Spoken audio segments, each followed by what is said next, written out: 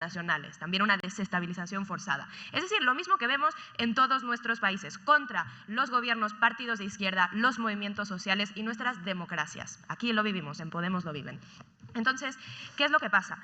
Que bueno, por todo ese tiempo pensaron que habían logrado de México esa maquinaria inmunizada, y lo pareció. 70 años de un solo partido en el poder, el PRI, más los 12 años del PAN, ese otro partido con el que se vieron obligados a compartir el poder bajo un paripé de transición a la democracia, copiado de la modélica y pacífica transición de aquí.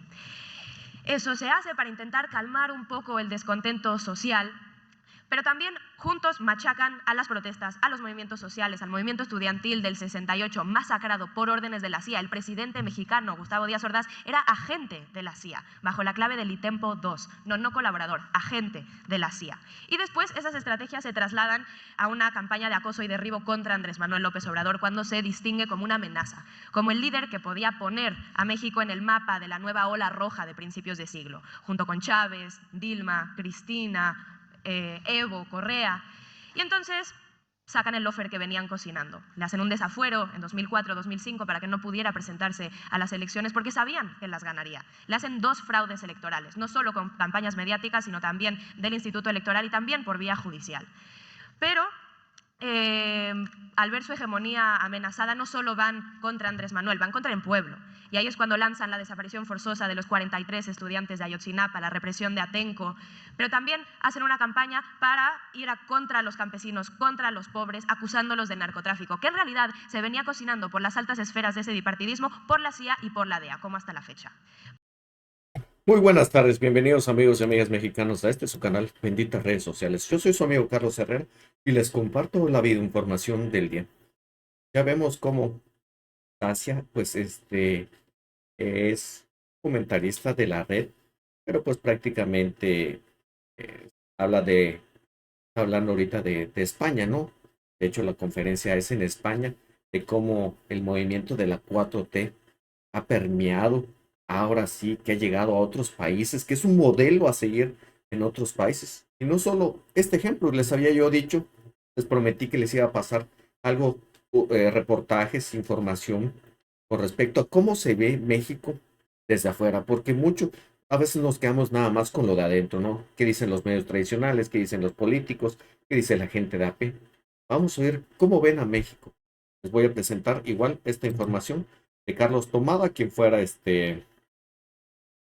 secretario de Trabajo, ministro de Trabajo en Argentina durante 12 años. Vamos a ver la concepción, ahora sí que, cómo ven a México, cómo ven a la 4T, cómo ven al licenciado Andrés Manuel, cómo ven a la doctora Sheinbaum desde afuera. Lo importante ha sido tu movimiento lo que creó el expresidente. Por eso es que los opositores están vueltos locos. Esta es una maquinaria que se encendió y ya no va a parar. Lo dice Noroña. Y otra cosa es que está dejando pauta, está dejando marca, está dejando un inicio para que esto pues traslade, se copie a otros países. Ese era el terror de la derecha, no solo a nivel nacional, sino a nivel mundial y pues obviamente pues de Estados Unidos, que es el que se siente la mamá de los pollitos y que siempre ha tenido injerencia en México y en otros países. Vamos a ver. Otro tema interesante que es el proceso de transferencia. De sucesión. Y sí. ¿Qué ves ahí en un proceso que también es muy admirado a la distancia, ¿no? Una tradición, la mexicana, corregime vos si me equivoco, que sos un conocedor más profundo de la política mexicana, la tradición del dedazo. Del dedazo. ¿No? De que el presidente tenía la posibilidad de elegir mira, no puedo reelegir, pero puedo elegir a mi sucesor. Y toda la política se alineaba al día siguiente atrás de esa decisión que había tomado el anterior presidente, sabiendo que iba a haber otra oportunidad. Otro dedazo. Y se preparaban para el otro. Para el próximo dedazo. Para el próximo dedazo. Bien. Y eso, todo dentro del PRI. Todo dentro del PRI. Entonces, el PRI es el responsable, digamos, de 60 años de tranquilidad en México, claro, donde enganchan justo a la etapa del desarrollismo y entonces un momento de alto crecimiento y modernización de México. Y luego tuvieron como nosotros su neoliberalismo rampante, inclusive presidentes símil Menem, digamos, ¿no? Salinas de Gortari, El exponente más fue claro. el tipo más claro. Sí, ya había empezado antes el neoliberalismo en cuanto México fue uno de los países, junto con la Argentina, pero más que la Argentina, que estuvo más cerca de tener un estado de bienestar completo, ¿no? Vos ves lo que es el Instituto Mexicano de la Seguridad Social y se te caen las medias, ¿no? Lo que sería el ANSES. Es un ANSES multiplicado por 8, por 10, con hospitales, con servicios que presta a quienes no tienen ninguna pertenencia, ningún vínculo laboral, digamos, o sea que extiende su cobertura más allá de los trabajadores, digamos, para decirlo de alguna forma. Te detuve cuando estabas hablando de la sucesión. La sucesión. Bueno, lo primero que hay que entender entonces es que en realidad López Obrador rompe la tradición, lo primero que hace es romper la tradición del dedazo, con su propia elección y se convierte en el presidente más votado de México, después de haber fracasado 2 veces antes, una de ellas claramente con un fraude, la otra algunas dudas, y inicia su mandato, y el nivel de aceptación ciudadana que tuvo López Obrador desde el primer día es un poquito inferior al que tuvo cuando se fue. O sea, se fue con más alta apoyo que tuvo cuando inició. Que igual cuando inició estoy hablando del 60%, ¿eh? Más que cuando se fue con el 72%. Bueno,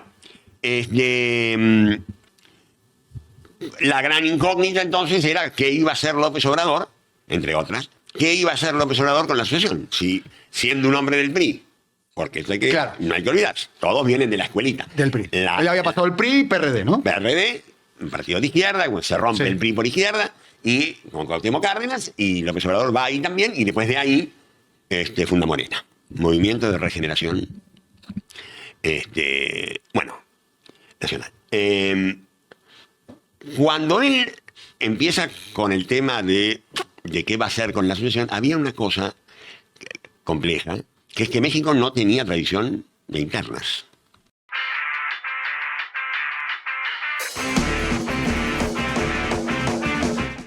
¿Buscas algo nuevo que ver? Prepárense. Con Prime Video es más fácil disfrutar de contenido original exclusivo. Lo primero que hace López Obrador es anunciar que se terminó el dedazo. Que parte, digamos, de la 4T es terminamos con ese sistema. O sea, no voy a elegir. Yo no lo voy a elegir. Mañana van a dar a conocer el resultado de quién gana la encuesta en el flanco izquierdo.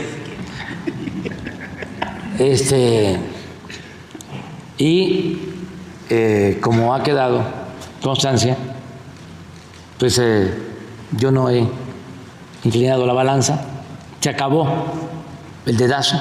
Lo vamos a traducir al castellano argentino. Se terminó el tuitazo. Una versión moderna, muy moderna, actualizada. Sí, sí, sí. Muy actualizado. Muy actualizado. Pero recontra actualizado. Bien. Entonces, ¿qué Había hace? 2 grandes candidatos, ¿no? Marcelo Ebrard Pero ese es y Claudia Sheinbaum. Pero lo grandioso es que López Obrador, después de la elección intermedia, que ya había algunos nombres dando vuelta, entre ellos Claudia Sheinbaum y Marcelo Ebrard, empieza a tirar nombres desde las mañaneras. Entonces, dice, alguien que podría ser un buen presidente sería, y dice el nombre, Zoe Robledo, que es el presidente, por ejemplo, del Instituto Mexicano. Y otro día dice, y la senadora tal, ni les digo, todo en ese tono de diálogo, de relato, qué sé yo. Imagínate que durante una semana se hablaba de ese tipo que aparecía como candidato. Bueno, él lo deja correr, finalmente van quedando, porque el tiempo va pasando, y todo esto se va macerando. Siempre la favorita fue Claudia, ¿no? Siempre. Le decían la consentida. Digo, la favorita en las encuestas, que como se definió, y la favorita en el corazón de AMLO, ¿no? Allí uno se puede preguntar cuánto la gente... Porque ¿cómo se resolvió entonces? Contalo. Cuando me lo contaron, yo digo... Esto no va a funcionar. Esto no va a funcionar. En México, además, en México, mi Dios, cada candidato elige una empresa encuestadora, Morena, el partido, elige otra o 2, creo. Luego se juntan todas las encuestas y se determina si... desde el primer momento. Y en todas las encuestas, a veces por poquito, otras veces por más, Claudia estaba primera. Así que cuando llegó el momento, a todo esto, escena, por ejemplo, pero que también da cuenta del proceso de Mañanera. López Obrador habla, siempre invitaba invitaba a ciertos personajes según el tema que él iba a hablar en la mañanera. Ahí estuvo sentado Alberto Fernández y yo cuando habló de cuando vino la visita, cuando vino a Argentina. Cada presidente que venía, lo sentaba ahí en la mañanera y lo hacía hablar. Yo le pedí si podía hablar Estela Carlotto, le dio el micrófono, estuvo muy generoso en esa oportunidad, porque rompió todos los protocolos y me hizo hablar. Bueno. Y siendo abuela, madre, tenemos esa doble tarea de búsqueda que es imposible dejar de hacerla. Tengo 92 años, voy a cumplir 93, pero mientras tenga un bastón o una silla y la gente vea que tengo mi cerebro lúcido, voy a seguir para que esto no vuelva a pasar nunca más. No es una palabra, es una necesidad para todos los pueblos de Latinoamérica. Un día habla de, no me acuerdo, suponete, del sistema de aguas, de cloacas de la Ciudad de México. Entonces, invitada la jefa de gobierno de la Ciudad de México. Termina de hablar, y él, para irse del proscenio y del atril, tiene que pasar por delante de los que están sentados.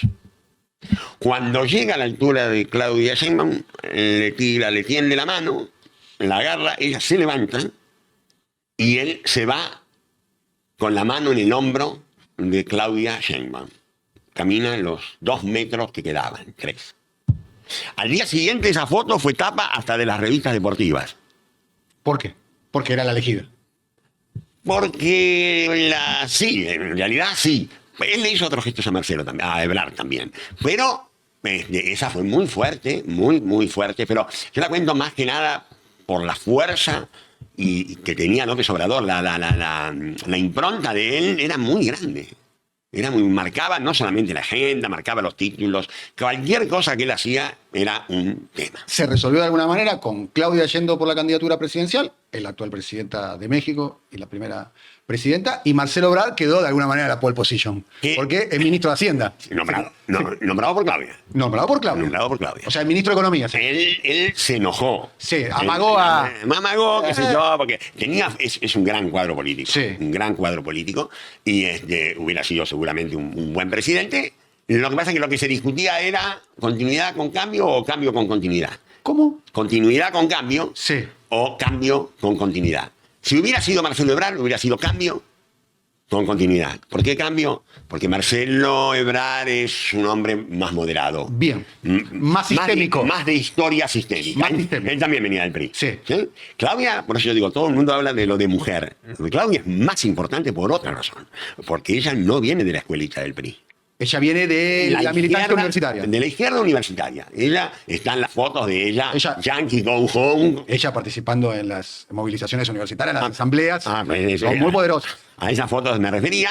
Ella, lo primero que dice en la primer conferencia, ya como presidenta, asumida, dice, nosotros somos hijos, al estilo Néstor, nosotros somos hijos de mayo del 68. Dice, y repite la consigna histórica que desde esa fecha hasta el día de hoy se dice, que es el 2 de octubre no se olvida. El reconocimiento del entonces presidente Díaz Ordaz como el responsable de todo lo que ocurrió en ese 2 de octubre. Personalmente, para mí es una obligación el día de hoy. He dicho en otras ocasiones que soy hija del 68. O sea, ella empieza, su primer acto de gobierno es decir esa frase y firmar un decreto reparatorio. Pidiendo perdón, creo inclusive para compensar económicamente a algún sobreviviente. O sea que, digamos, ella hace definiciones fuertes, que no las hubiera hecho Marcelo. ¿Y tampoco AMLO? Y tampoco AMLO. Y tampoco. El otro día lo entrevisté a Paco Taibo, que estuvo aquí en la Argentina, y me dijo que Claudia es más radical de alguna manera en su agenda que el propio bando, que por su propio recorrido. ¿Vos coincidís con eso? Sí. Por eso yo te dije, no fue una autopista. No. López Obrador perdió apoyo por izquierdas. En mi mesa, digamos que yo invitaba gente de todos lados y todo eso, pero se han matado entre mexicanos o entre argenmex también, unos a favor y otros en contra, siendo todos progresistas, de izquierdas, cosas por el estilo. Porque es cierto, López Obrador produjo grandes transformaciones y por eso la derecha nunca lo quiso. sobre todo les hizo pagar, cosa que a la derecha le molesta mucho en México. ¿Pagar qué? Más impuestos, ¿no? Más impuestos. Sacó excepciones impositivas, ¿no? O sea, había un perdón todos los años, Claro. una cosa... En realidad no aumentó impuestos, sino que sacó excepciones. Una vergüenza, sí. Pero no tocó el sistema impositivo, que era uno de los compromisos que él había asumido. Claro. Yo no voy a modificar el sistema impositivo. Le quitó excepciones a los ricos, Pero le quitó el- que es un modo de modificar el sistema impositivo. Exactamente. Quería detenerme en un punto, Dale. aprovechando sos uno de los hombres que más sabe del mundo laboral, Bueno. y en México, en particular, se produjo hoy, el salario mínimo creció, según pude leer las estadísticas, 120 puntos en términos reales durante el sexenio. Reales. 120 puntos en términos reales en el sexenio de AMLO. Sí. Las asignaciones, las que serían las asignaciones universales, alrededor de los 30 y pico, un poco mejor, y el salario general creció muchísimo. El otro día, en la Asunción, Claudia dijo: Trajimos a una de las personas más inteligentes del mundo para confirmar. Haz las cuentas, es más inteligente suscribirse a Meli Más. Cashback, envíos gratis y Disney Plus. Elige tu mejor plan desde $49,90 por mes.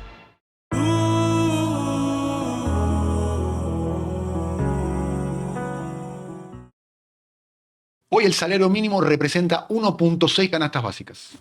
1.6 canastas básicas, lo cual representaría en la Argentina como un salario mínimo de un palo, Sí, más o un palo y medio casi, Sí. un palo 300. ponele.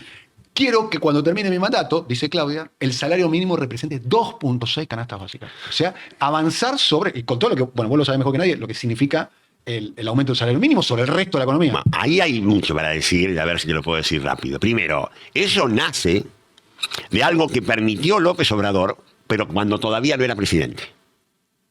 El aumento del salario mínimo en realidad surge como una cláusula de la renovación del Tratado de Libre Comercio entre Estados Unidos, Canadá y México. ¿Por qué? Porque Trump, a la sazón presidente de Estados Unidos, quería que subiera el salario en México, para que no se le vinieran a Estados Unidos y que se quedaran en México.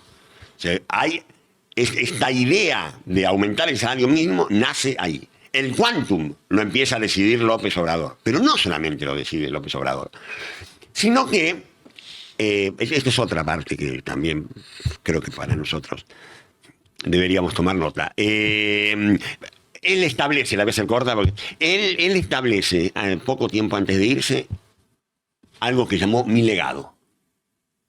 Y hizo una ceremonia a la que solamente estuvo presente su mujer, anunciando que iba a dejar su legado por escrito. Y lo pone arriba de la mesa. Son 20 puntos de reformas constitucionales. Las reformas constitucionales en México son más fáciles que las nuestras. Tipo porque enmiendas. requieren mayorías especiales, no convocar una constituyente. Pero son reformas constitucionales. Se incluyen en la Constitución. Señera Constitución, por otra parte, ¿no? 1917, antes que la soviética. Bueno, El legado, uno de los puntos del legado es: el salario mínimo deberá aumentar siempre por encima de la inflación. Por supuesto que quien recoge ese legado, fíjate qué interesante llamar legado. Yo tengo un libro sobre mi gestión, lo llamé El legado de trabajo, mirando para atrás. Él dice: legado es lo que falta. interesante. Me pareció impecable. Impecable. 20 puntos y se lo dejó arriba de la mesa. Por supuesto que Claudia lo agarró y como yo lo voy a hacer realidad, vos lo que acabas de contar Forma parte es una demostración. Ella, de los 20 puntos, 10 ya los mencionó en su discurso de Asunción. Ya los incluyó como parte de su gestión. Todos son interesantes y van de los temas más variados que vos te puedas imaginar, pero es muy, era una de las cosas que te quería comentar. ¿Sabes por qué te lo quería comentar? Porque al ponerlo arriba de la mesa, se acaba la historia de te llamo, 19 llamados, ¿Qué cosa? te mando una carta. ¿De Cristina con Alberto?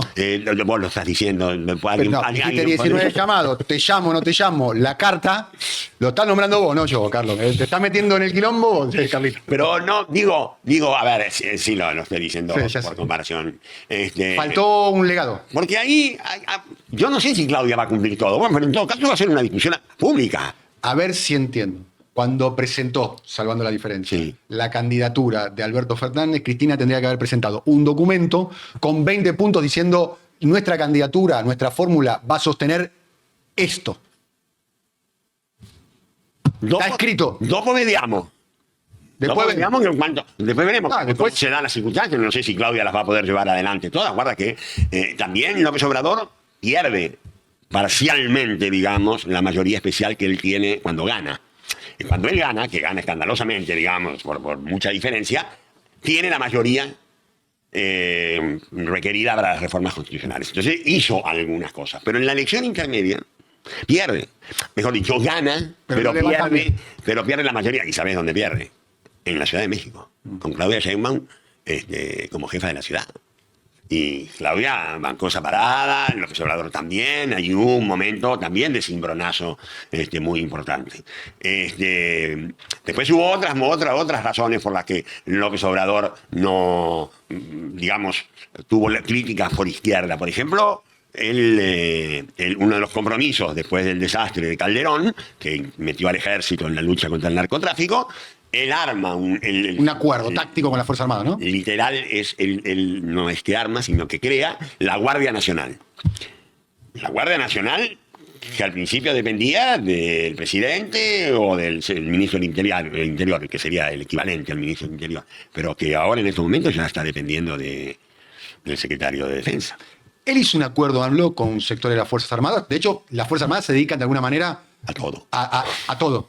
Bueno, pero a tareas por caso de obras públicas, no sé, el Tren Maya, el aeropuerto, para nombrarte dos muy simbólicas. Esa es la otra cosa, que a la izquierda la puso muy nerviosa. Yo decía, mirando a la Argentina, digo, un presidente hace eso en la Argentina, no puede.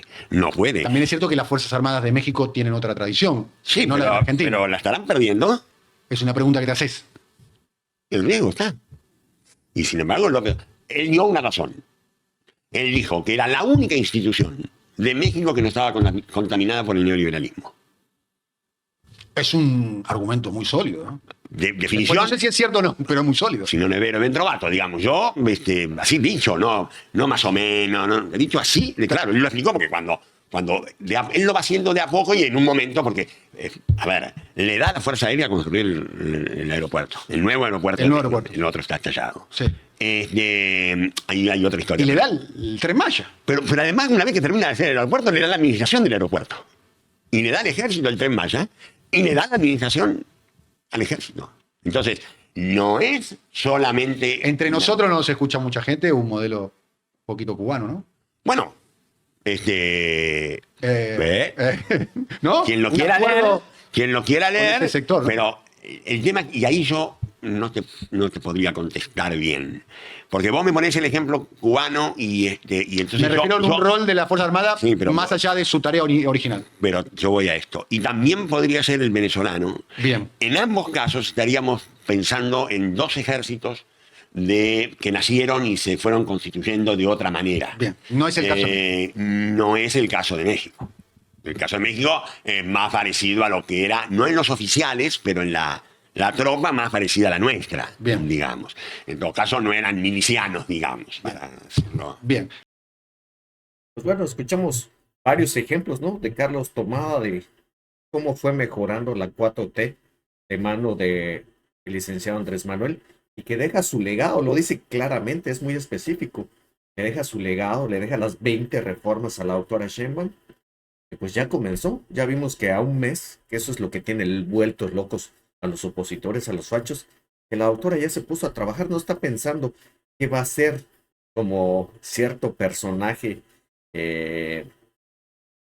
como el fenómeno Gálvez, ¿no?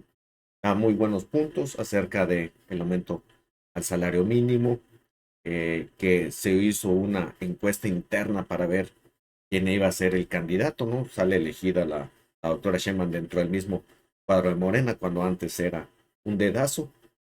Y pues la entrevista pues dura aproximadamente 1 hora. Les pasé pues lo que considero más relevante. De todas formas, como siempre les digo, en la descripción del video les dejo el enlace para quien guste verlo completo, para quien guste pues igual.